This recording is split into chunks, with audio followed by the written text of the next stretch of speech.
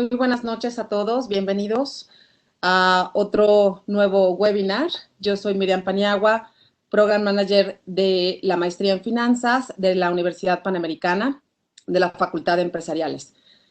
Y pues hoy nos hemos reunido para platicar sobre un tema, me parece elemental para todos nosotros, para que incorporemos las finanzas no solamente desde el punto de vista de la empresa, sino desde el punto de vista pues familiar, personal, desde donde nos estamos desarrollando. Y bueno, pues primero quisiera darles como las reglas de este webinar.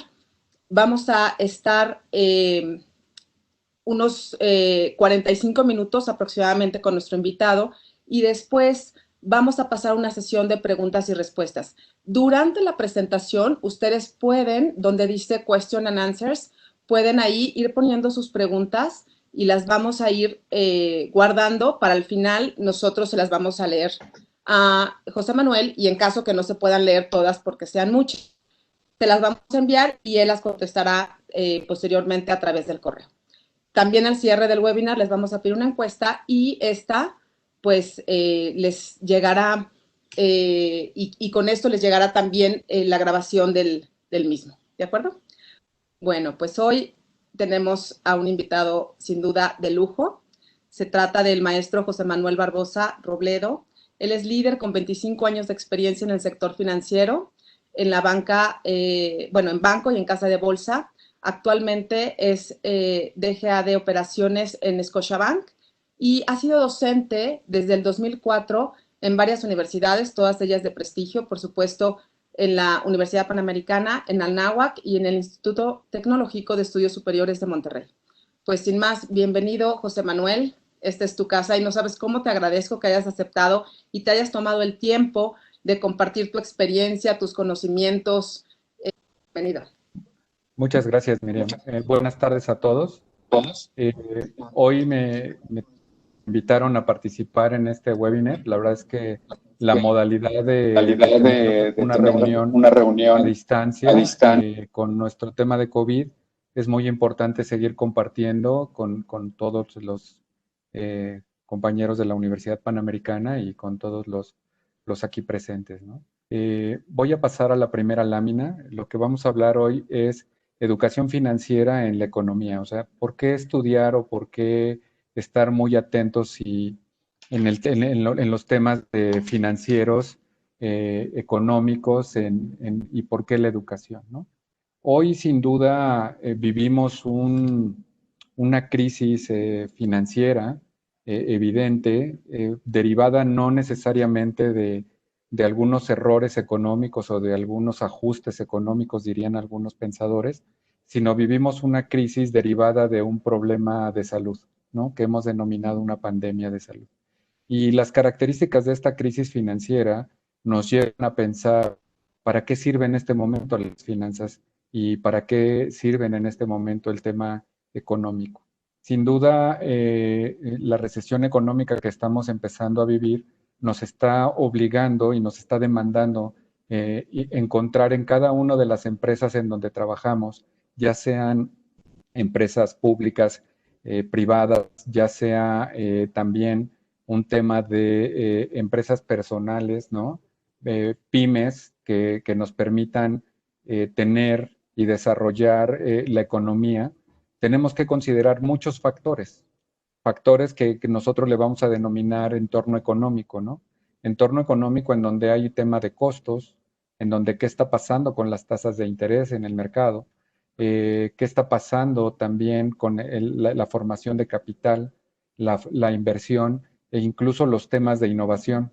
Hoy no podríamos estar más de acuerdo en tener una parte de digital, de adopción digital para la parte de innovación y poder seguir transaccionando, ¿no?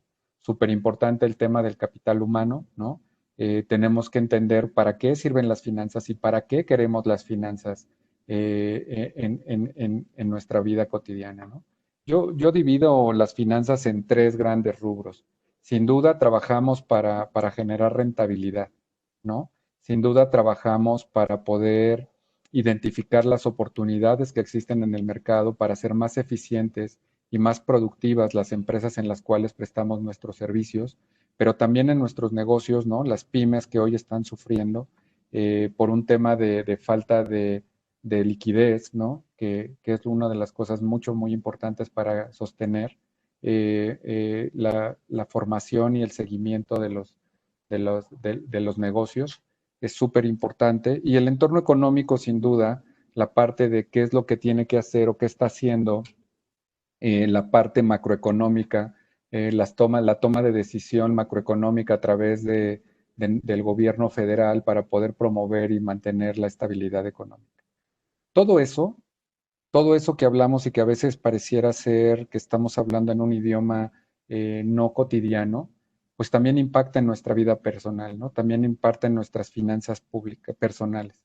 Es decir, no solamente estudiamos finanzas para buscar la rentabilidad y medir algunos factores, sino también la debemos de utilizar para poder contribuir a nuestra economía, a nuestras finanzas personales, que sin duda tendría que ser la base para poder seguir avanzando y generar ese valor que tanto se necesita.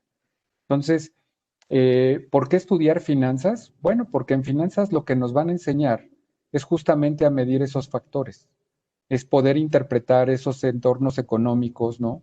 Que nos permitan generar ese valor que se requiere, poder interpretar para poder saber dónde tenemos que ajustar y dónde tenemos que contribuir. Y yo digo, en las finanzas no hay magia, ¿no? Yo veo dos factores a través de los cuales se puede gestionar una empresa. La gestión de una empresa sin duda se tiene que dar a través de los ingresos, ¿no? Es decir, en nuestro caso, en el sistema financiero, a través de la venta y colocación de créditos, pero cada colocación de crédito que se da, pues tiene que venir aunado con una captación de recursos, es decir, los ahorros del gran público inversionista. Por cada peso que nosotros vamos a dar en un crédito, debemos de tener una reciprocidad de un peso de depósito para poder estar balanceados. Por eso somos intermediarios financieros, porque finalmente lo que único que hacemos en el concepto es administrar riesgos, administrar los recursos financieros que recibimos del gran público inversionista y hacer una colocación de esos recursos financieros a través del crédito. ¿Y por qué es importante el crédito? Bueno, porque hemos denominado por el modelo económico que tenemos, pues que el crédito es el motor de la economía. Es decir, si queremos comprar una casa y no tenemos ese cash, ese efectivo para comprarla, pues necesitamos tomar un crédito por 20 años, tampoco es que sea toda la vida, pero tomamos un crédito de 20 años. Si queremos comprar un vehículo y no tenemos el cash para comprarlo, tomamos un crédito por 3, 4 años, dependiendo del plazo que nos acomode, y buscamos ese crédito. Entonces, nosotros somos unos intermediarios financieros, pues porque ponemos en contacto a las personas que tienen los recursos financieros, pero y con las personas que necesitan ese recurso financiero, y lo que hacemos ahí es una administración del riesgo de crédito. ¿El qué es el riesgo de crédito? Pues no es otra cosa, simple y sencillamente la capacidad de pago de una persona. Es decir, que yo preste una cantidad de dinero y que esa cantidad de dinero me regrese, obviamente con el interés correspondiente. Es muy importante tener esa claridad, ¿no? Porque el sistema financiero, al tener el motor económico, el dinero, pues se vuelve el motor de la economía. A través del motor de la economía vamos a empezar a desarrollar la productividad, vamos a empezar a demandar recursos, vamos a empezar a demandar bienes, ¿no? Y servicios, los cuales son pagados a través de lo que nosotros recibimos, que le llamamos o le denominamos el salario. Súper importante entender este entorno económico, ya que esa es la formación de capital y la inversión en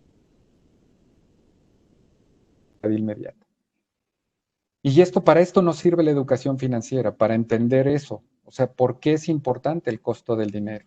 ¿Y qué es el costo del dinero, no? Regularmente cuando estamos en un aula, lo que decimos es el costo del dinero, pues lo denominamos como tasa de interés. Es lo que me cuesta salir al mercado y conseguir ese dinero.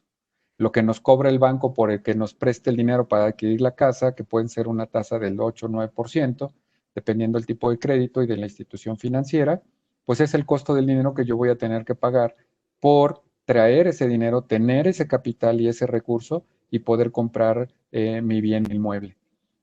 Súper importante entender cuáles son las tendencias ¿no? Hoy estamos en una situación en donde las tasas de interés en México han venido bajando, ¿no? En el último año ha bajado prácticamente 4 veces el Banco Central la tasa de interés. Es que la tasa de interés de referencia esté en niveles del 4%, derivado a que hemos estado, las condiciones macroeconómicas han permitido que la inflación se mantenga.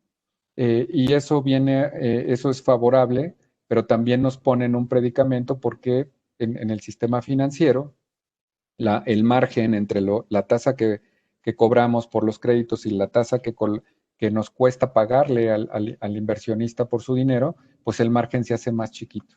Entonces tenemos que ser mucho más eficientes en cuanto a la productividad de ese margen para poder tener ese margen financiero que nos permita dar un rendimiento sobre el capital a nuestros inversionistas. ¿Y qué es eso del rendimiento sobre capital, no? Sería la gran pregunta. Se oye muy interesante. Pues el rendimiento de capital no es otra cosa que lo que tenemos que regresar a los inversionistas de nuestra institución financiera por poner su dinero e invertir su dinero en una institución financiera, asumiendo un riesgo, ¿no? Por supuesto, ¿no? Una de las premisas más importantes en finanzas es la correlación positiva entre riesgo-rendimiento. Siempre hablamos de el rendimiento debe de compensar el riesgo asumido. Entonces, cuando nos dicen que nos están dando un rendimiento del 25 o 30%, pues la pregunta es en qué estoy invirtiendo. Cuando históricamente hemos visto que la Bolsa Mexicana de Valores, que los rendimientos sobre la inversión en algunas acciones está en niveles del 12%, ¿no? Que los bonos de deuda gubernamental que denominamos libre de riesgo están a niveles del 6,5-7%, y hoy están a niveles del 5%, pues de dónde se saca un rendimiento sobre la inversión. Eso quiere decir que si entendemos bien esa relación entre riesgo-rendimiento, el riesgo que estamos asumiendo es muy alto por el rendimiento que estamos recibiendo. Tendríamos que analizar perfectamente en qué estamos invirtiendo nuestro dinero, porque no hay diferencia. O sea, riesgo es igual a rendimiento recibido. Por eso, el rendimiento que se acepta por un inversionista cuando viene y invierte en México en el sistema financiero o en el sistema automotriz o en el sistema de la construcción, pues tiene que compensar el riesgo asumido, ¿no? Y es decir, le tenemos que dar esa certeza jurídica de que no vamos a tener ningún problema en las inversiones y que lo que él va a recibir de rendimiento está compensando el riesgo asumido. Esa parte es muy, muy importante y tiene que ver con el tema del costo del dinero. Sin duda, con el tema de la economía. Esta parte es muy, muy importante tenerla clara, ¿no? Entre riesgo-rendimiento y es algo que también desarrollamos en el tema de la educación financiera, ¿no? Básicamente, nosotros definimos las finanzas también como finanzas corporativas y finanzas bursátiles, ¿no? Las finanzas corporativas son todas aquellas finanzas que se dedican y se enfocan a revisar los estados financieros de las empresas. ¿Y qué es lo que miden? Pues el riesgo de crédito. El riesgo de crédito es lo que se mide regularmente, ¿no? Es decir, la capacidad de pago que tienen las empresas. Lo que medimos en eso es siempre el riesgo de crédito, ¿no? De acuerdo con Basilea, tenemos muchos riesgos. Me voy a enfocar en 2 o 3 que son los que me interesan destacar en esta charla, ¿no? Sin duda, el riesgo de crédito es la probabilidad de que yo preste un crédito, un dinero, y el dinero para pagar un crédito y ese dinero no sea devuelto. Es decir, caigamos el more. Y como no estoy prestando mi dinero, sino estoy prestando el dinero del gran público inversionista, tengo que hacer reservas de capital. ¿Por qué? Porque puede ser que al no pagarme a la persona que le presté, la persona que depositó su dinero con nosotros va a venir y me lo va a reclamar. Me va a decir, oye, dame mi dinero, y nosotros no podemos decirle, oye, se lo presté a Juanito y Juanito no me pagó y entonces, pues, ¿qué crees? Que espérate tantito en lo que recupero el dinero. O sea, eso no es posible. Tenemos que hacer frente a nuestras obligaciones y por eso hacemos una provisión de capital, porque a través de esa provisión lo que vamos a hacer es garantizarle al gran público inversionista que cuando venga a requerirnos su dinero tenemos la capacidad de pago como institución financiera. Entonces es bien, bien importante medir el riesgo de crédito. Y eso nos lo enseñan en las finanzas corporativas y más adelante voy a platicar sobre los esquemas que se miden principalmente y que se van desarrollando a través de la educación financiera.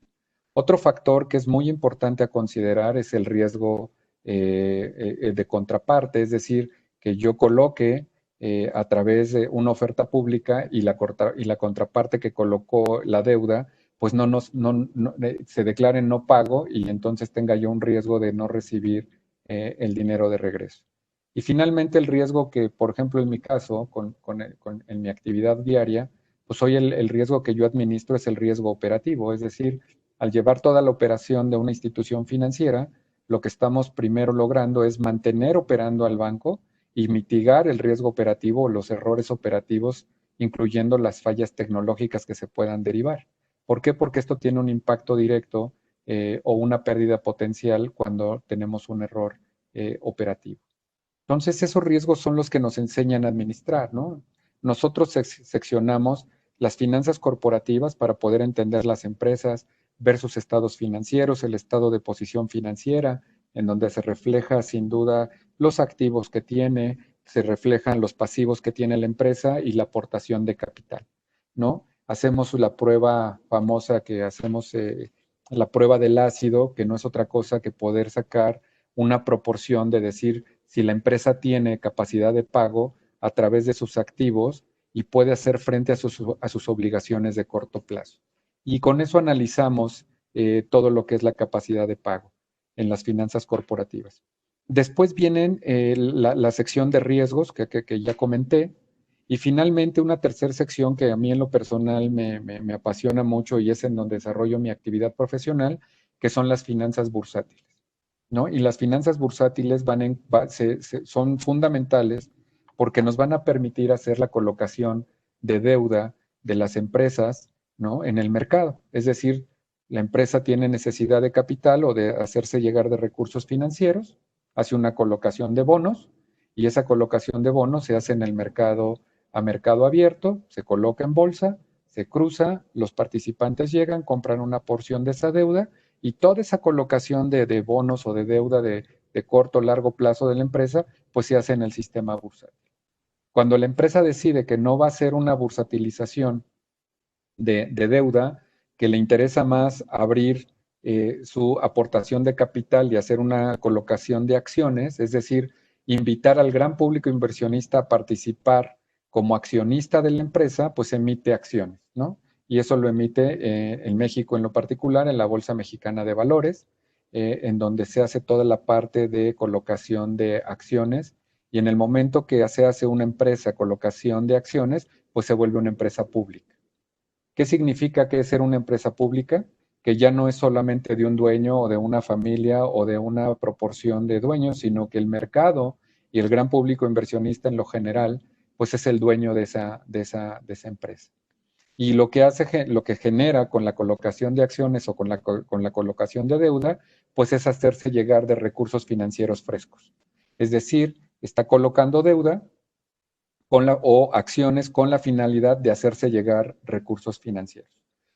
¿Para qué nos hacemos llegar de recursos financieros frescos? Pues para seguir colocando deuda o para a lo mejor hacer una ampliación de la empresa productiva, dependiendo el giro de la empresa, o para comprar un terreno y poner una nave industrial, etcétera, etcétera. Dependiendo las necesidades de cada una de las empresas, es para lo que va a destinar esos recursos financieros.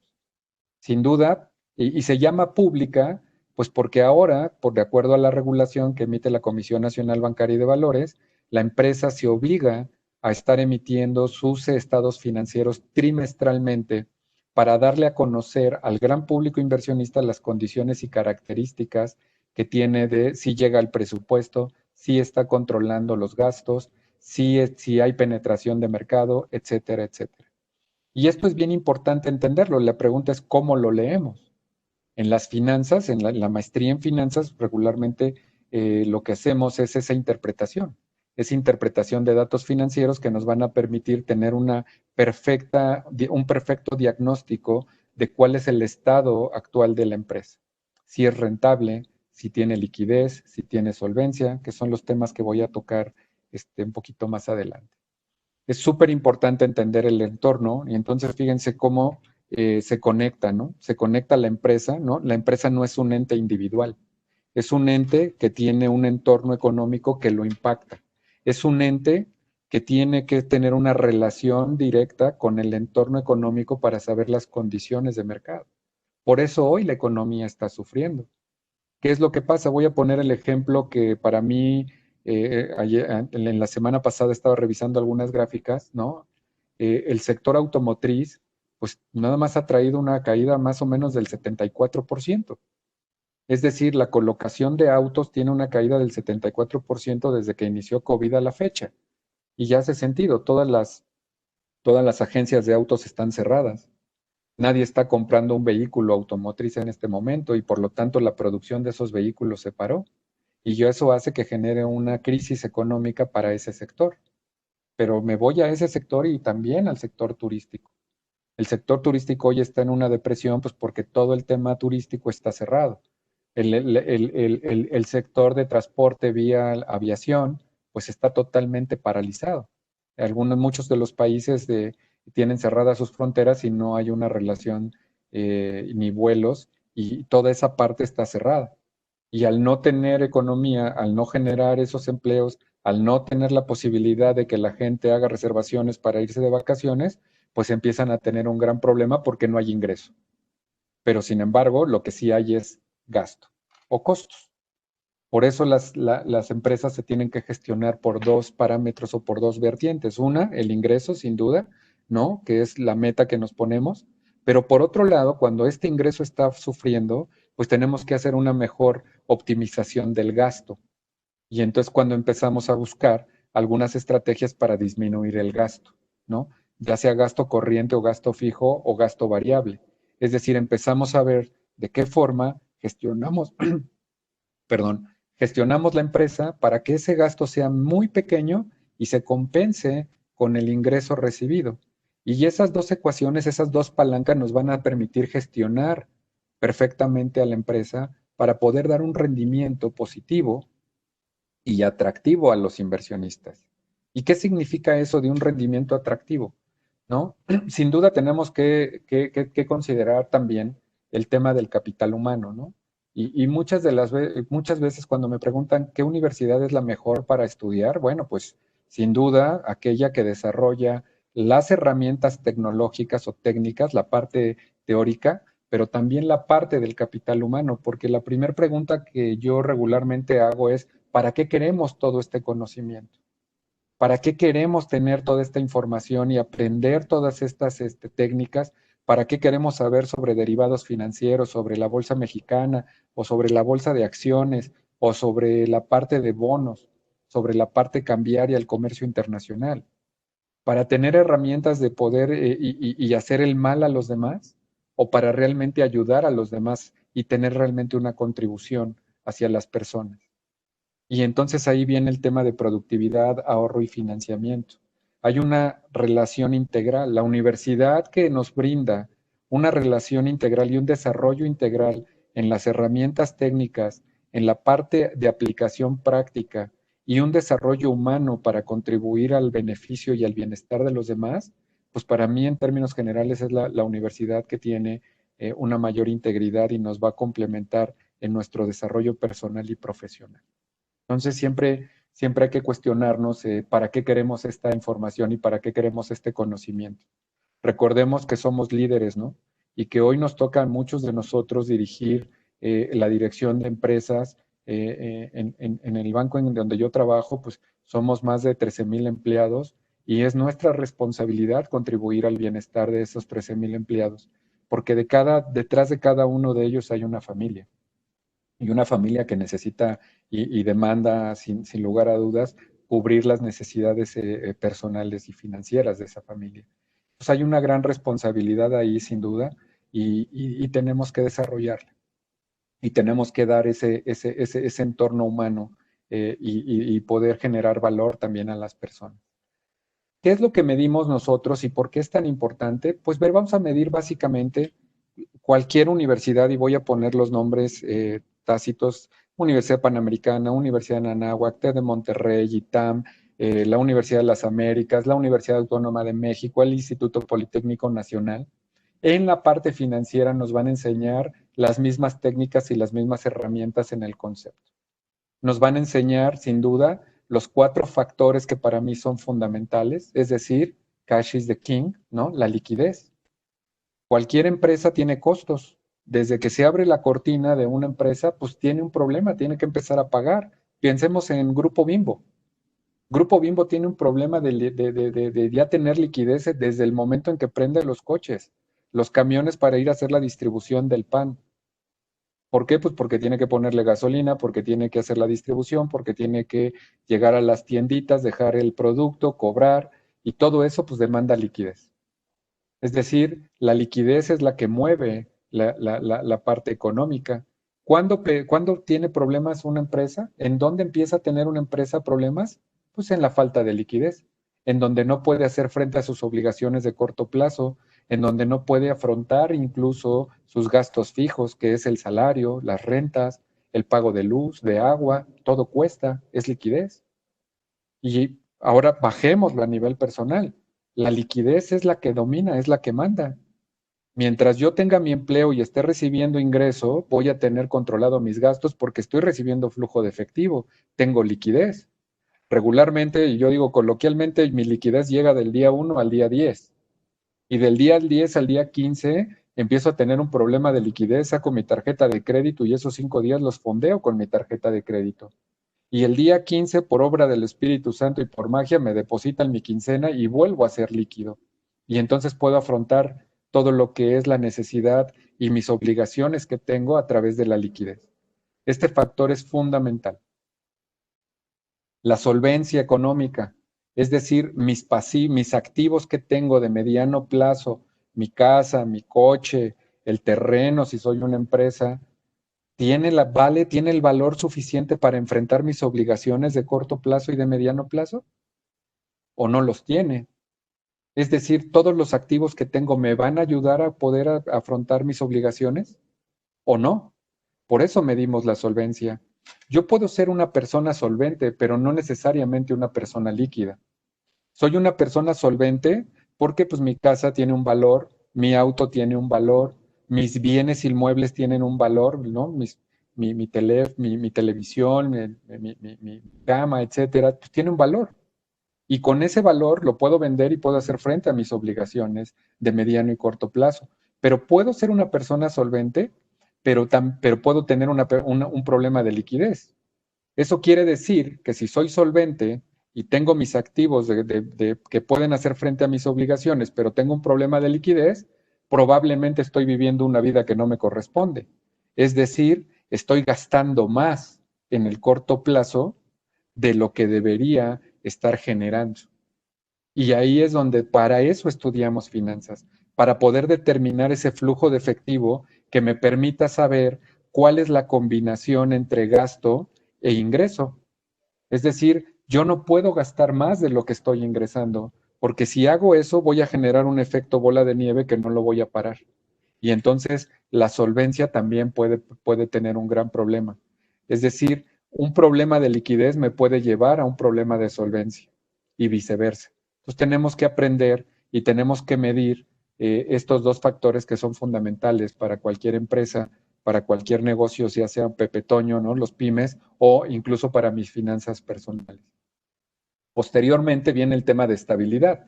Nosotros regularmente cuando hacemos un negocio, ¿no? La institución en donde yo presto mis servicios, que es una institución internacional, pues tiene más de 100 años de vida, y eso significa pues que es una empresa estable.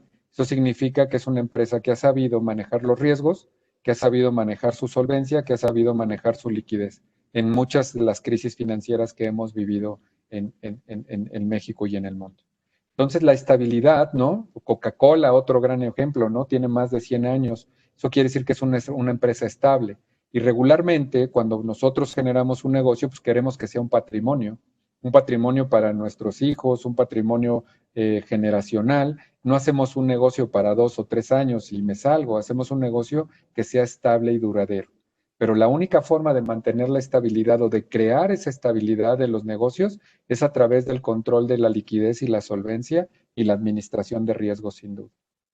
Finalmente, pues buscamos la rentabilidad.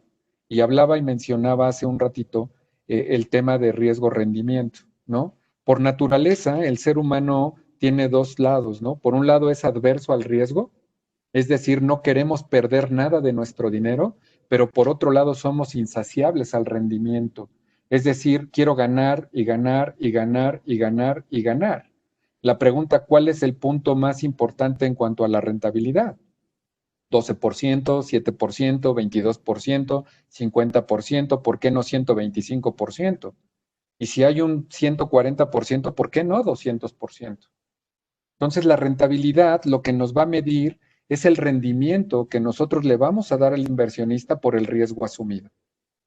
Si nosotros en una empresa hoy en México diéramos un rendimiento de niveles del 5%, retorno sobre la inversión, es decir, por cada 100 pesos que el inversionista apuesta o aporta a la empresa, yo le voy a regresar 5 pesos, pues entonces la empresa probablemente no está compensando el riesgo asumido.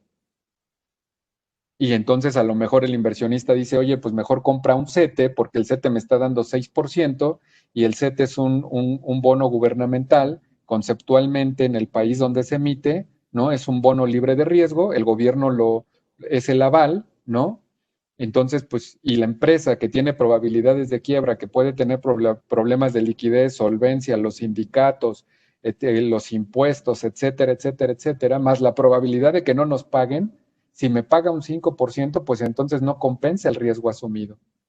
Y entonces lo que tenemos que aprender a medir, ¿no? Nada es bueno ni nada es malo si no es por comparación. Entonces tenemos que comparar empresas del mismo sector versus una base, ¿no?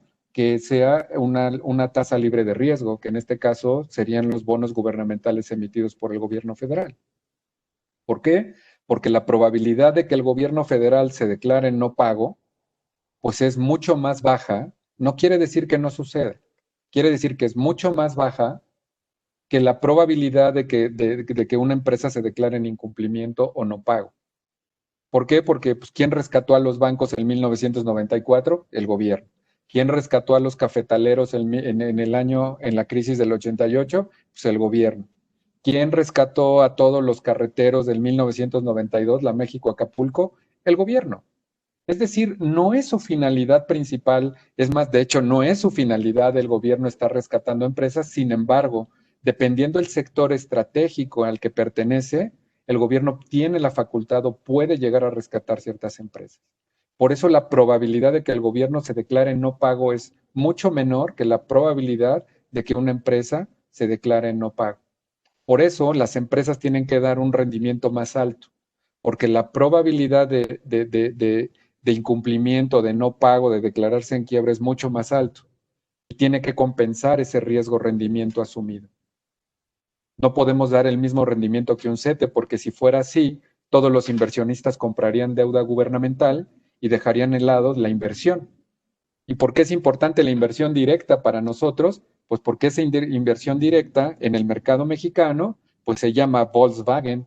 Viene, pone una planta de producción en Puebla que genera empleos, entonces nos permite desarrollar la economía, que es la parte más importante. Y esta economía abraza todo esto, porque en función de la parte económica viene la estabilidad social, la estabilidad económica y sin lugar a dudas la estabilidad del Estado de Derecho.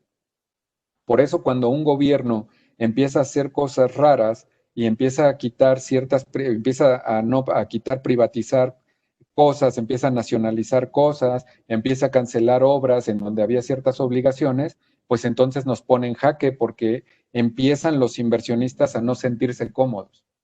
Y entonces, ¿cómo somos como inversionistas? Pues adversos al riesgo.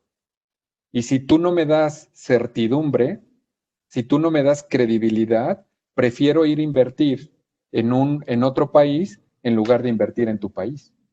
¿Por qué? Porque no me estás garantizando el Estado de Derecho y no me estás garantizando que voy a recibir o voy a recuperar el dinero que estoy invirtiendo en tu país. Por eso es tan importante las señales macroeconómicas, ¿no? Y sin duda, entre los países, pues hay niveles de riesgo, ¿no? O sea, México, la probabilidad de que Venezuela se declare no pago versus México, pues es mucho más probable que Venezuela se declare no pago. pero la probabilidad de que México se declare no pago versus los Estados Unidos, pues es mucho más alta. Y por eso nace, ¿no?, la parte de calificadoras de valores. Es decir, nos asignan una calificación dependiendo del análisis de liquidez, solvencia, rentabilidad, estabilidad, que en el mundo macroeconómico pues, se llama Producto Interno Bruto, etcétera, balanza comercial, etcétera, etcétera. Eso nos permite medir el riesgo país para poder determinar cuánto es lo que ese país tiene que pagar a los inversionistas versus dejar de invertir. Déjenme poner un ejemplo de esto porque considero que es muy importante. Si estuviéramos como economistas ceteris paribus, ¿no?, en México y Estados Unidos a la par, y nada se moviera, cualquier inversionista sería indiferente de invertir en un país, ya sea Estados Unidos y México, si estuviéramos en las mismas condiciones. Pero ¿cuál es la realidad? México tiene inseguridad. México tiene problemas políticos. México tiene desigualdad económica. México tiene un problema de seguridad política y social. Y entonces la pregunta es, ¿cómo le digo a mi inversionista que en lugar de que se quede y invierta en Estados Unidos, el México, perdón, versus Estados Unidos, pues es pagándole un premio adicional? Y esa brecha y ese gap que paga México versus lo que paga Estados Unidos, pues no es otra cosa el premio al riesgo. Es decir, lo que México tiene que pagar por motivar y por hacerse llegar de esos recursos financieros y decirle al inversionista, no inviertas en Estados Unidos, invierte en México. Y entre más baja sea la calificación, es decir, entre más probable sea que te declares en incumplimiento no pago, pues más alta será la tasa de interés. ¿Por qué? Porque estamos compensando el riesgo rendimiento. Y para nosotros como simples mortales, ¿no? O sea, para personas físicas como nosotros, pues nuestro termómetro, pues no es otra cosa que el buró de crédito. El buró de crédito no es una autoridad, no va a emitir regulación alguna, pero lo que sí nos va a permitir llevar el buró de crédito es una estadística de qué tanto eres un buen pagador o un mal pagador. Y con base en eso, te puedes hacer o no acreedor a un crédito. Porque si José Manuel Barbosa nunca paga, no paga, no paga y piensa que las tarjetas de crédito son una extensión a tu salario y estoy gastando y estoy viviendo una vida que no me corresponde porque no me alcanza, pero gasto más de lo que recibo y todo lo fondeo con la tarjeta de crédito y no la pago, seguramente mi historial de crédito se va a ver afectado. Y entonces me boletinan. Y el boletinarme significa, lo que está diciendo ese boletín es, José Manuel Barbosa no paga. Pero si mi historial es crediticio, es correcto, pago todo el tiempo, no gasto más de lo que yo recibo y tengo un ahorro y mantengo mi liquidez perfecta y hago frente a mis obligaciones en tiempo y forma, lo que va a decir mi historial crediticio es check, check, check, check, palomita, José Manuel Barbosa sí paga. Y entonces lo que generamos son hábitos. Eso es precisamente lo que estamos midiendo en finanzas. Esos son los riesgos que tenemos que medir para poder tener balanceada la economía. Por eso tenemos nosotros que trabajar como líderes en finanzas. ¿Para qué queremos estos conocimientos? ¿Cómo podemos aportar y generar valor a nuestra sociedad? ¿Y cómo podemos disminuir esa brecha de desigualdad social que sin duda existe? Pero no va a ser la forma correcta regalando el dinero como se debe de mejorar esto, sino buscando las oportunidades y generando ese entorno político, ese entorno social, ese Estado de Derecho que motive a las empresas a venir a invertir a México. Porque no es función del Estado generar empleos. Si no estuviéramos regresando a las épocas de López Portillo, ¿no? Aplicando el modelo keynesiano de pleno empleo. Entonces pongámoslos a hacer hoyos y a destapar hoyos, aunque no generemos productividad. Eso no nos lleva a nada porque no estamos desarrollando ni generando economía, ni estamos desarrollando temas sociales importantes. Tenemos que poner como entorno macroeconómico las condiciones sólidas y suficientes para que más inversionistas vengan a México, para que México se vuelva atractivo a través del Estado de Derecho, de la seguridad social. Somos un país muy rico. Sin duda el turismo, pues es una fuente que podríamos desarrollar sin ningún problema y hacer crecer la economía y generar más empleos. Ese es el truco, generar los empleos para que la economía crezca y para que la gente pueda tener gasto, pueda tener solvencia, pueda hacer frente a sus obligaciones y podamos tener una brecha social mucho más disminuida. Pero para poder generar y desarrollar el turismo, pues tiene que haber un estado de seguridad. Si ustedes tienen la oportunidad de ir ahorita, no porque estamos en lo que es el home office y estamos en casa y quédense en casa, por favor, pero si hacemos bien las cosas y bajamos el tema de la desigualdad social y bajamos el tema de la inseguridad, sin duda vamos a poder hacer que más extranjeros vengan a nuestras playas, que consuman en México con la finalidad de detonar y desarrollar la economía. Y entonces todo el sector hotelero y turístico van a tener una rentabilidad y una productividad. Pero mientras no podamos contener ese problema, difícilmente un extranjero va a venir. ¿Por qué? Porque va a decir, oye, no quiero pasar unas lindas vacaciones, sino unas vacaciones de terror. Tenemos ciudades maravillosas, ¿no? Los paraísos que tenemos en la Riviera Maya, la Huasteca Potosina, hacia Chihuahua, la verdad es que Los Cabos, etcétera, etcétera, pero pues tenemos que poner entornos y tenemos que trabajar y desarrollar ese entorno. Todo eso lo tenemos que meter en la licuadora con toda la parte fundamental y teórica y las herramientas técnicas que nos van a enseñar a desarrollar, y eso nos va a permitir poder generar valor. Y tenemos que entender finalmente qué queremos ser, empresarios o hombres de negocio. Porque hay una gran diferencia entre ser un empresario y un hombre de negocio. Y lo que queremos formar nosotros son empresarios, porque un hombre de negocio solamente se va a enfocar en el corto plazo, en buscar esta rentabilidad a costa de lo que sea. Y una rentabilidad a costa de lo que sea está mal, porque estamos viendo el corto plazo únicamente y en el corto plazo va a venir un boomerang de regreso y no va a permitir esta estabilidad ni esta durabilidad en el tiempo. Entonces no podemos ser cortoplacistas, tenemos que pensar objetivos de largo y mediano plazo muy bien pensados, ¿no? Y eso lo hace un empresario. Un empresario sin duda va a tener una retribución sobre el riesgo que está asumiendo, un retorno sobre la inversión positivo, sin duda está arriesgando el capital que le costó trabajo generar, pero va a tener una retribución determinada, pero no insaciable.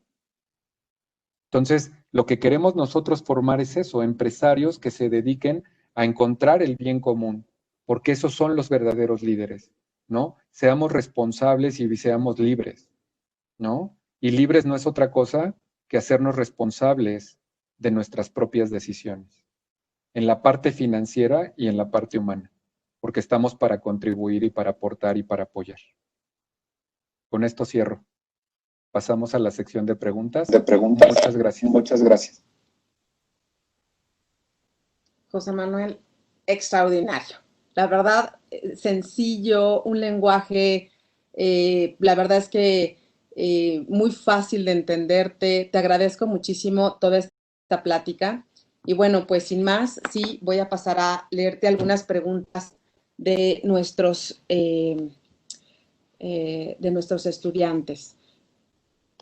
Un poco al principio estabas hablando de la parte de las tasas y bueno, Héctor Villalobos pregunta que la tasa de referencia que mencionabas era del 12% antes y ahorita actualmente, él decía que si es el 4%, creo que dijiste que era el 5%, ¿no? Actual.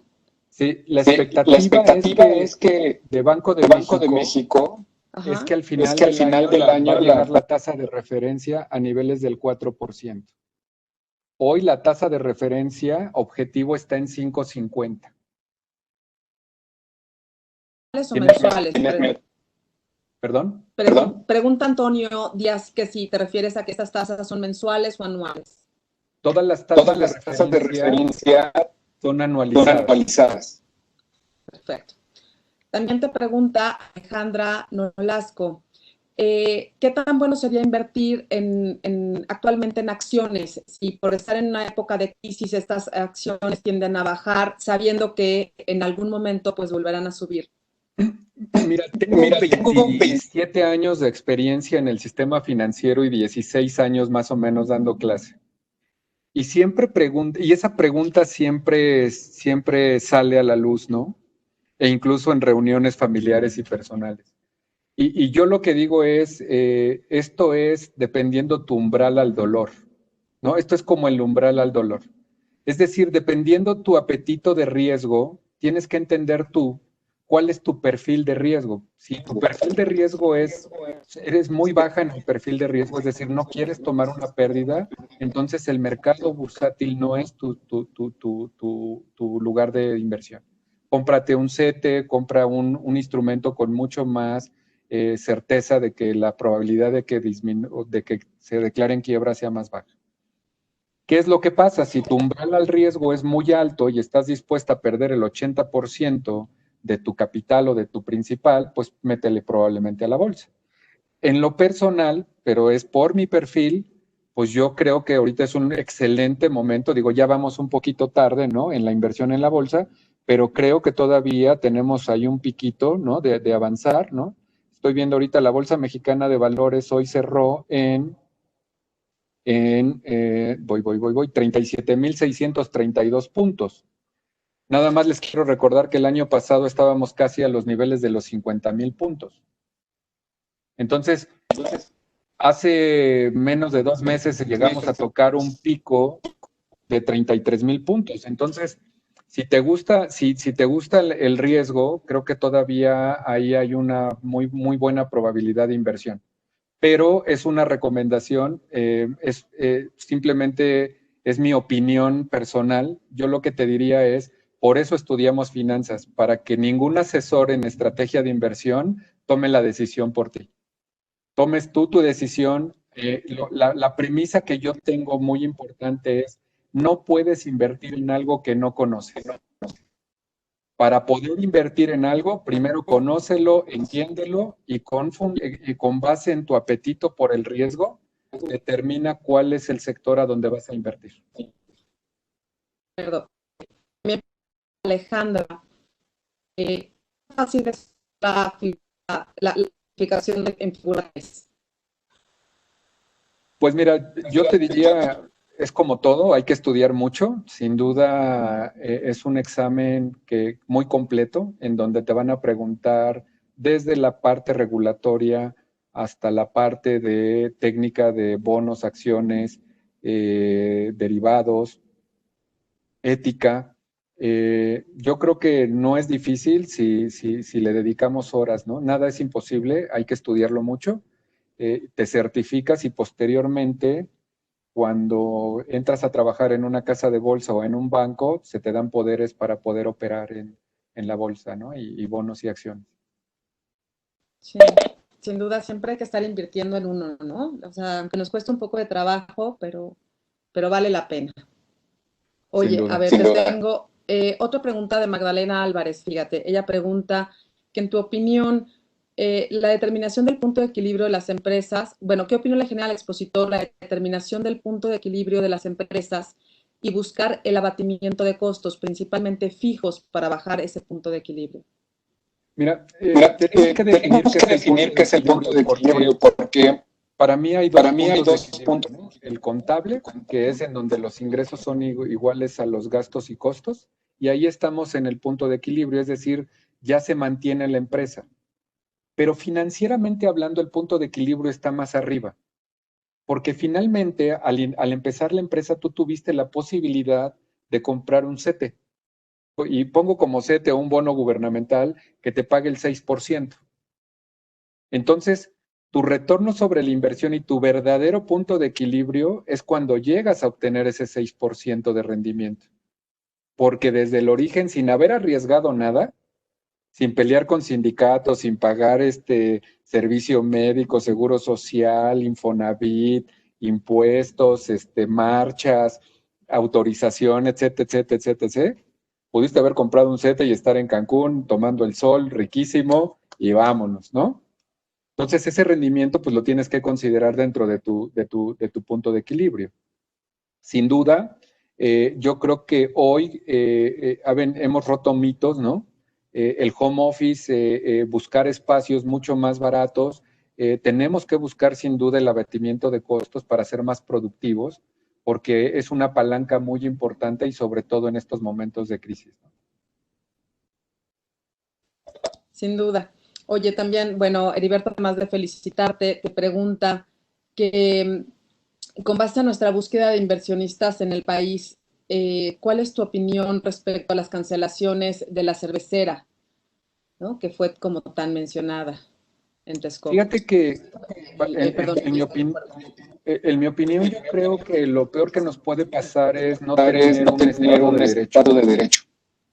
Perder la Perder la certidumbre de los certidumbre. inversionistas, no dar esa certidumbre. O sea, recordemos que todo este tema de las inversiones está fundamentado y basado en la confianza.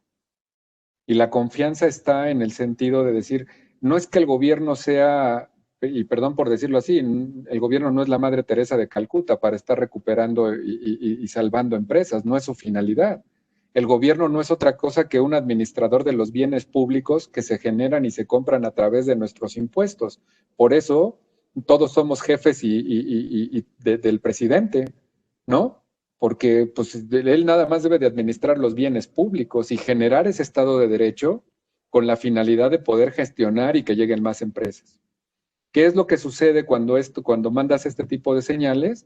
Pues que menos gente va a querer venir a invertir a México. Y entonces México hoy por hoy no es autosuficiente en el tema de la inversión interna. Pues sin duda, Sin duda, generar un Estado de Derecho que nos dé certidumbre, ¿no? Entonces, para ser muy puntual con la respuesta, no es una buena señal a los inversionistas el cancelar este tipo de obras. Claro, la verdad es que nuestra imagen en el exterior, yo creo que sí, se han de preguntar como por qué hacemos esas cosas, por qué iniciamos una gran obra estudiada, en fin, y de repente cambiamos de presidente y todo se cancela, todo como volver a empezar, nos regresamos otra vez a ver cuál es la mejor forma, pero es que 6 años no nos da tiempo. Entonces, Claro, tendríamos que tener una línea de continuidad, sin duda. 100%. Oye, además también te preguntan sobre, regresando un poco al tema de las tasas, ¿cuál es la siguiente tasa a la que podrías recomendar arribita de los bonos gubernamentales? Con que tenga un poco de riesgo, pero no tan alto. Pues vienen los bonos privados, ¿no? O sea, también hay que ver, las empresas también emiten deuda, hoy se llaman certificados bursátiles, ¿no? Regularmente, digo, y de verdad no hay magia, ¿eh? Riesgo-rendimiento.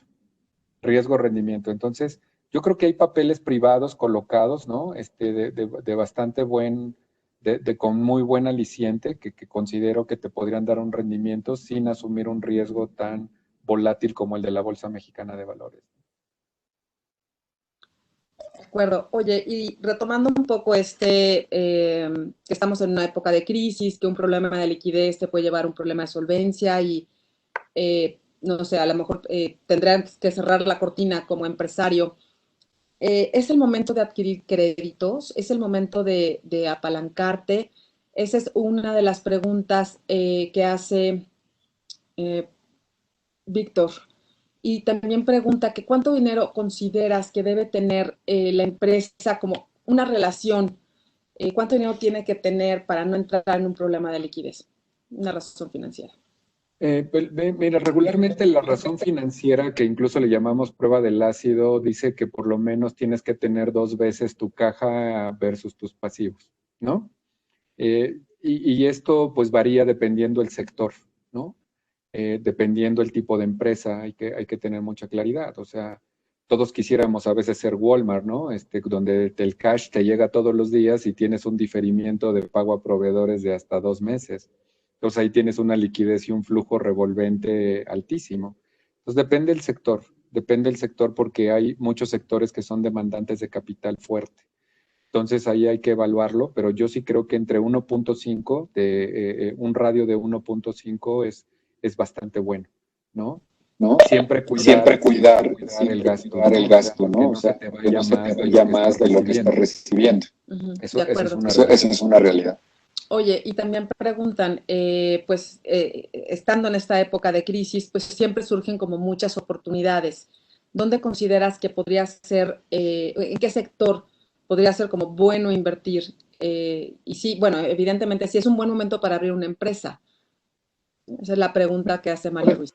Yo siempre he pensado que es como ver el vaso vacío y medio lleno, ¿no? O sea, depende de qué lado lo quieras ver. Sin duda una crisis financiera va a traer una recesión, va a haber pérdida de empleos, sería mentir el no verlo porque es evidente, ¿no? Hay recesiones fuertes, hay sectores que están muy deprimidos y que se van a recuperar muy rápido, pero pues la realidad también es que mientras no bajemos la tendencia del tema del COVID, pues la economía va a seguir sufriendo. Entonces, eso es una realidad, pero también es una realidad que se abren grandes oportunidades, ¿no? O sea, también hay que buscar y encontrar esas oportunidades de dar financiamiento a los proyectos que consideramos que van a generar valor, ¿no? Hay una oportunidad importante, sin duda, para podernos apalancar ahorita en los créditos si no tienes una falta de liquidez. Lo que sí no puedes hacer es vivir o seguir viviendo una vida con la tarjeta de crédito, pues porque es demasiado cara. O sea, la tarjeta de crédito no es otra cosa que un medio de pago, no es una extensión a mi salario, ese es un medio de pago, ¿no? Que estoy sustituyendo el cash por una transaccionalidad más segura. Entonces, sí, yo considero que sí es un buen momento también para ser un emprendedor. Todo momento de crisis tiene dos lados. Hay que encontrar ese lado y emprender siempre. Y entonces también recomiendas sí endeudarnos. Si ya tengo una empresa actualmente con algunos años, a ver, la verdad es que los empresarios se vieron forzados a cerrar, ¿no? No es que hayan decidido cerrar su empresa porque no estuvieran teniendo ventas, simplemente tuvimos un confinamiento, una emergencia sanitaria y tuvieron que cerrar las puertas a su público y aguantar durante 2 o 3 meses o incluso más, pues no tener ingresos y tener que además soportar costos como renta o pago de nóminas, pues la verdad es que sí está complicado. ¿Qué les recomiendas a esos empresarios? Mira, yo lo que te diría es, a ver, sin duda hay que seguir trabajando. Hay programas de apoyo gubernamentales, ¿no? La Comisión Nacional Bancaria y de Valores hace 2 meses sacó el programa de diferimientos, ¿no? En donde toda la banca estamos dando apoyo de diferimientos de pagos.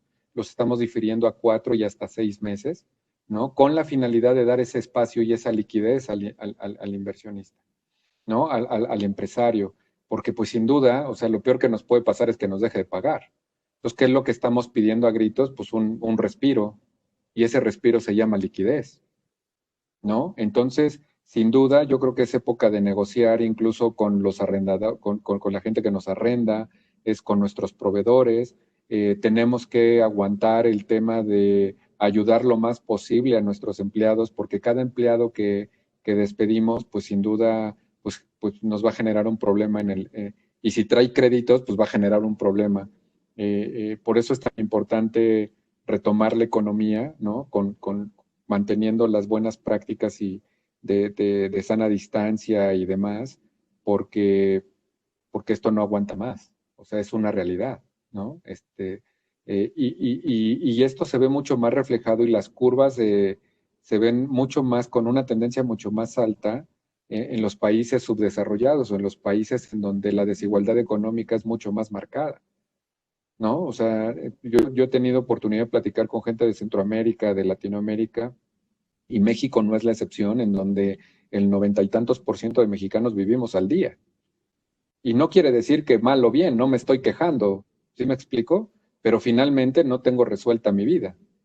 Si mañana la empresa decide sacar el comunicado de José Manuel Barbosa ha decidido tomar una mejor oportunidad en su vida laboral y profesional, pues es buscar trabajo, porque no tengo resuelta mi vida. Entonces, a niveles diferentes sociales vivimos al día. Ahora bajemos a otro México, ¿no? Porque pues, la desigualdad económica es importante. Hay gente que dice o me mata el COVID o me mata el hambre. Entonces tenemos que buscar ese punto de encuentro, ese punto fino en donde tenemos que apoyar y tenemos que romper esa brecha económica sin lugar a dudas, ¿no? Eh, No hay, no hay, no hay, no, no no hay, veo de otra. no, no veo de otra. No, yo creo que la verdad es que le tocó a nuestro gobierno pues algo muy difícil de afrontar porque le tocó la pregunta, ¿qué atiendo primero? ¿La crisis sanitaria o la crisis económica? ¿No? O Sin sea, y duda. son inversamente proporcionales. Entonces tendría que estar encontrando el punto donde pues el equilibrio, pues no caigamos ni en una ni en otra, sino mantenernos. Yo creo que la verdad es que está súper difícil tomar decisiones en ese sentido. Sí, pero si ves, por ejemplo, lo que está haciendo Estados Unidos, o sea, los billones y trillones de dólares que están invirtiendo en la economía para tratar de rehacerla, creo que eso es lo correcto, ¿no? O sea, creo ¿no? O que sea, creo que tenemos que dar tenemos ese que dar apoyo ese apoyo y ese, en términos en términos gubernamentales, se tiene que gubernamentales, se dar tiene ese que dar, apoyo a las empresas. Ujú. y Sí, pero ¿no? entonces el gobierno se está como endeudando, ¿no? Es lo mismo, es como ver lo macro en lo micro, ¿no? ¿Qué haría el microempresario? Pues sí, tomar algunos créditos para echar a andar la economía, Sí, ¿no? y Sí, darse y liquidez, darse liquidez, sin Sí, duda. sin duda. liquidez. Oye, también nos preguntan aquí sobre las criptomonedas.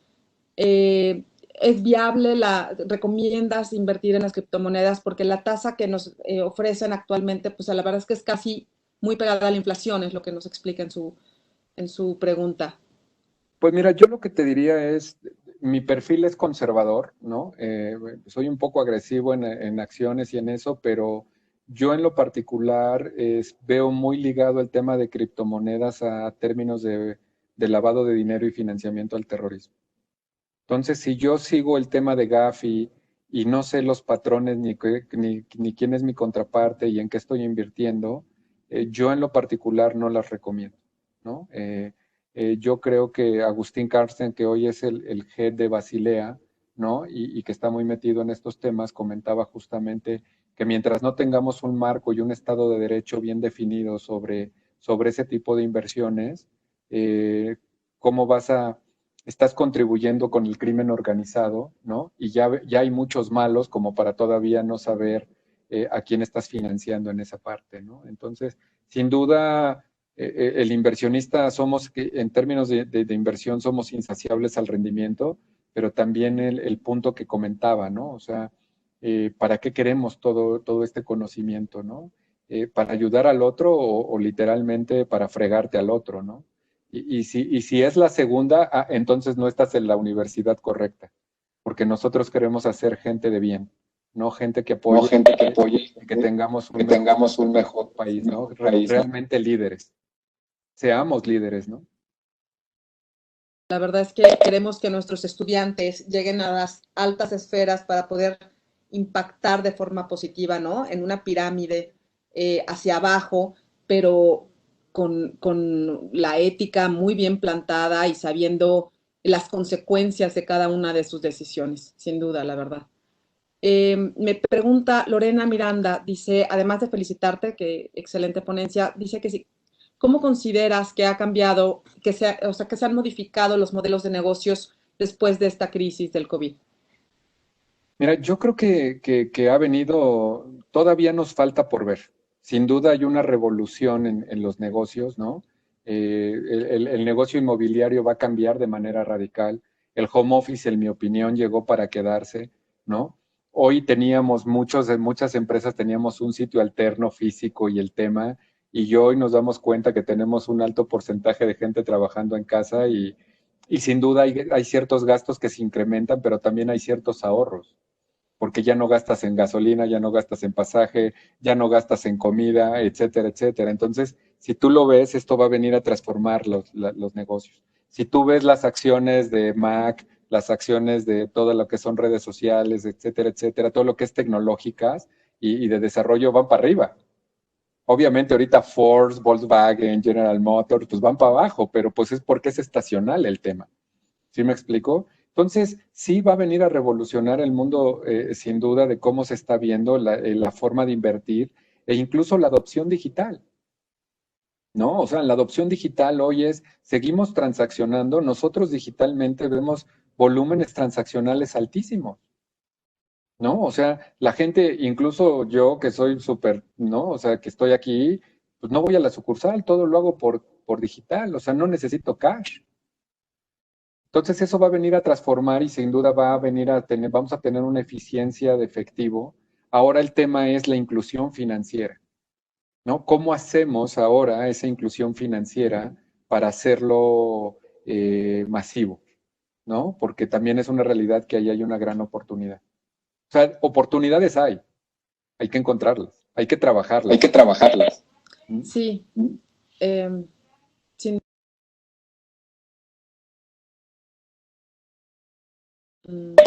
perdón, se me trabó el botoncito. Sin duda, la verdad es que claro que en México tenemos que trabajar muchísimo para poder lograr, pues, bancarizar a todas las personas. Hay muchísimas personas, muchísimas en México, que uno o están en la informalidad y además, pues, solamente manejan efectivo. Entonces, pues eso habla de un país, pues, poco desarrollado. Entonces, tenemos que ir poco a poco incluyéndolos. Yo creo que ya hay muchos esfuerzos de parte de la banca para irlo logrando. Pero, pues bueno, estamos en el camino. La verdad es que ahí sí los líderes bancarios, ¿dónde estás? Seguramente estarán trabajando Pues en ese mira, sentido. Pues mira, nosotros decimos que digitalizó. Pues el Ujú. COVID, Pues el COVID, porque ahora todos computadoras, laptops, internet, etcétera, Entonces, etcétera. yo Entonces, creo que hay una buena tendencia que no debemos de perder ahí, ¿no? Sin duda. sin duda. Sí, sin duda. Digo, pregúntamelo a mí, con tantos chicos en casa, tuve que comprar aparatos y todos tenían meetings y clases y pues sí, claro que todo el mundo invirtió en tecnología, no invertimos en un auto. Como bien dices. Oye, tengo otras preguntas. Te pregunta Alejandra, ¿qué podemos esperar con una proyección de decrecimiento y qué va a pasar con nuestro PIB? La verdad es que el PIB sí se está, parece que desmoronando. ¿Cuáles son tus expectativas económicas? Pues mira, yo la verdad es que he estado leyendo y sin duda había una desaceleración económica. He visto pronósticos de caídas desde el 8, 9, 10, 15% del PIB, sin duda. Yo creo que, déjame ponerlo en esta perspectiva, ojalá esta crisis financiera sea como una V y no como una U. Es decir, así como cayó, ¡pum!, que se levante. ¿Me explico? Pero si es una recesión económica como una U, nos va a doler más, porque el tiempo de recuperación es hacerla el hoyito, no el huequito hacia abajo, y luego que suba, híjole, va a ser bien complejo.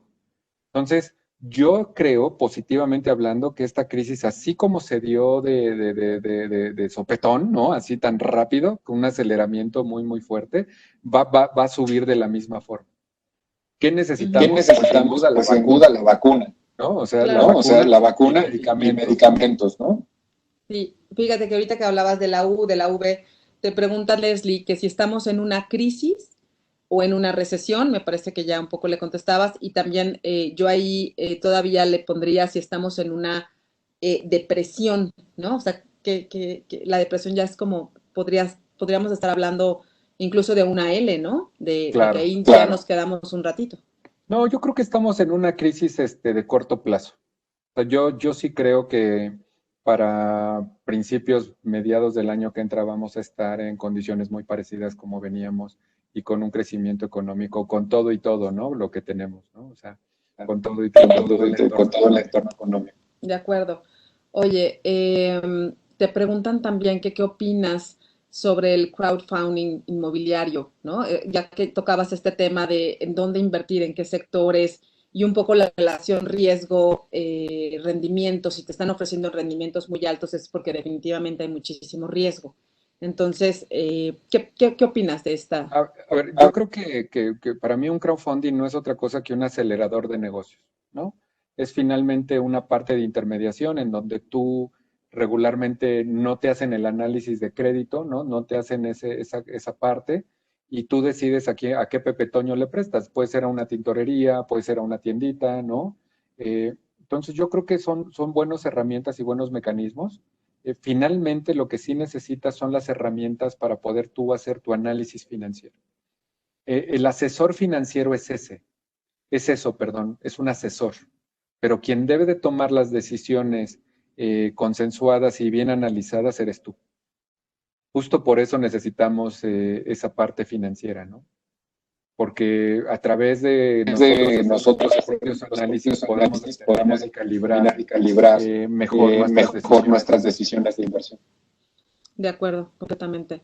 Oye, Gabriel Santoyo te pregunta, en 1914 se incluyó una sección de educación financiera en la ley para regular las agrupaciones financieras.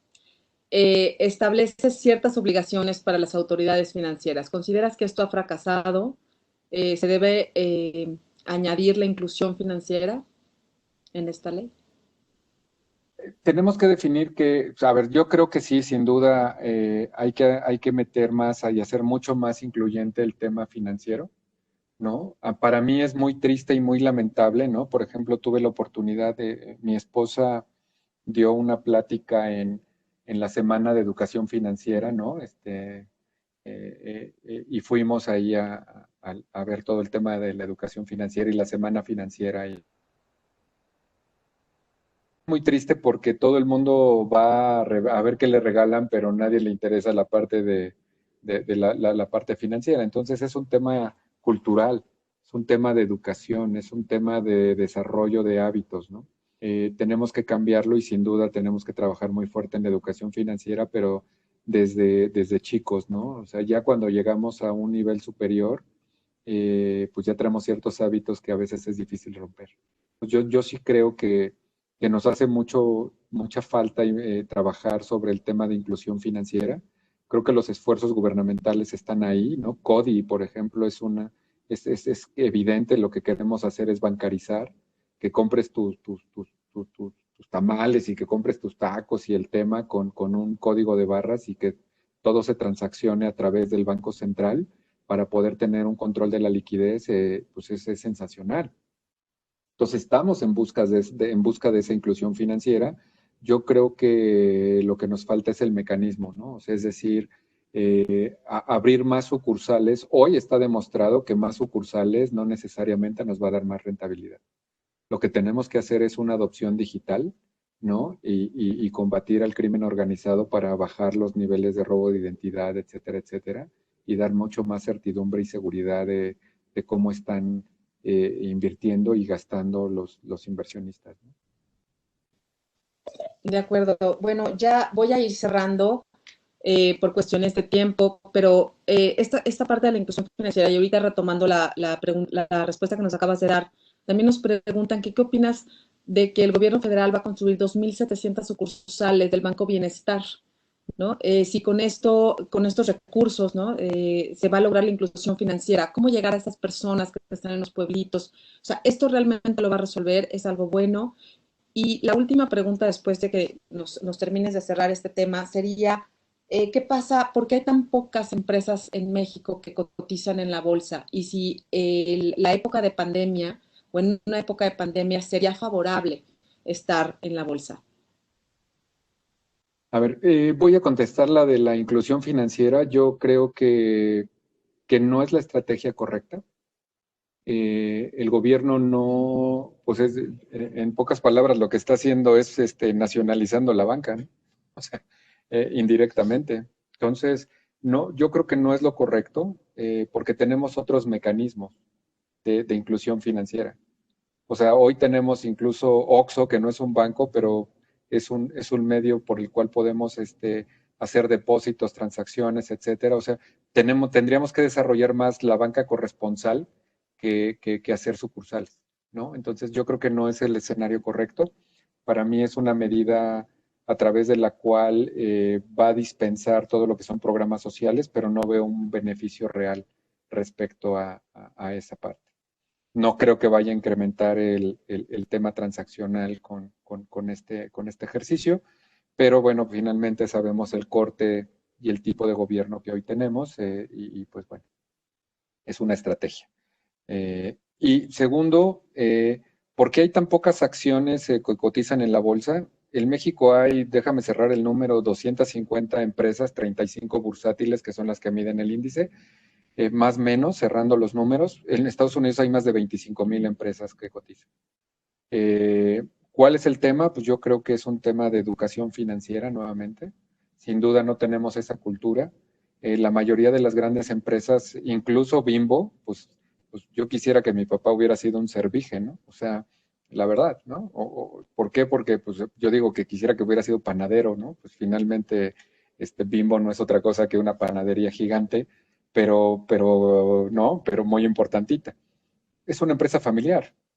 Grupo Televisa es una empresa familiar, TV Azteca es una empresa familiar, Los Zambrano es una empresa familiar, Los Bayares es una empresa familiar, Grupo Val es una empresa familiar, que son Los Bayares, la parte Grupo Ángeles, ¿no? Los Vázquez Raña, pues es una empresa familiar.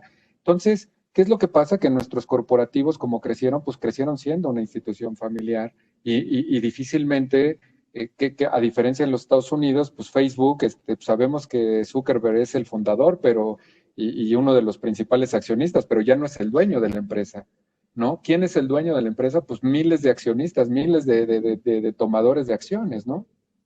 Entonces, ¿quién es el dueño de Scotiabank? Pues también yo soy dueño de Scotiabank porque tengo mis acciones y le apuesto y el tema, ¿me explico? Entonces, yo creo que esa parte, pues no es otra cosa que cultura financiera, ¿no? Pero si no tenemos ni siquiera cuentas de cheques, ni la gente seguimos pagando en cash el súper, pues todavía nos faltan muchos años, ¿no? Por eso cuando la brecha en Estados Unidos y México decimos que es de más o menos 50 años, yo te diría, pues yo creo que hasta un poquito más. Entonces Sí, todavía nos falta un poco. sí. Oye, pues bueno, ya no me queda más que agradecerte. Me gustaría que nos dieras como un cierre, un último mensaje y después pasaría con Almita, para que Alma también se despida de nosotros, que también estuvo muy atenta. Muchas gracias, Alma. No, por nada. Adelante. Básicamente quisiera decirles gracias, ¿no? Gracias por permitirme dar esta conferencia y esta plática en nuestra casa, ¿no? Virtual. De verdad creo que estoy convencido de que somos líderes y que cada uno de nosotros tenemos una gran responsabilidad en hacer el bien y que seamos líderes libres. Y ser un líder libre es hacerte responsable de tus actos y de tus decisiones, ¿no? Y que aportemos, ¿no? Y que contribuyamos, porque hemos tenido la fortaleza de conocer y de aprender. Entonces hay que contribuir y dar al otro, ¿no? Yo ese sería el mensaje, ¿no? Seamos líderes libres. Sí, Muchas muchísimas gracias. gracias. La verdad es que esta parte de conocimiento lleva siempre de la mano de mucha responsabilidad. Entonces, sí, claro, entre más nos preparemos, entre más invitamos a la persona a saber, en conocer, más analíticos nos haremos, pero pues ser ese tipo de personas también conlleva mucha responsabilidad, porque cada vez crecemos más y nuestras decisiones impactarán. Entonces, tenemos que estar muy bien formados y hay que fijarse, la verdad. Sin duda. Muchas Sí. gracias. José Manuel, muchísimas gracias por haber aceptado y nos hayas regalado este tiempo, lo disfrutamos muchísimo. Y por último, pues nada más, yo me despido de igual forma de todos nuestros participantes y te doy la palabra, Almita. Muchas gracias y Daniel, gracias también por la ejecución. Agradecemos mucho a José Manuel Barbosa el haber tratado un tema tan interesante y el haber aclarado tantas dudas en un momento tan crítico como el que estamos viviendo.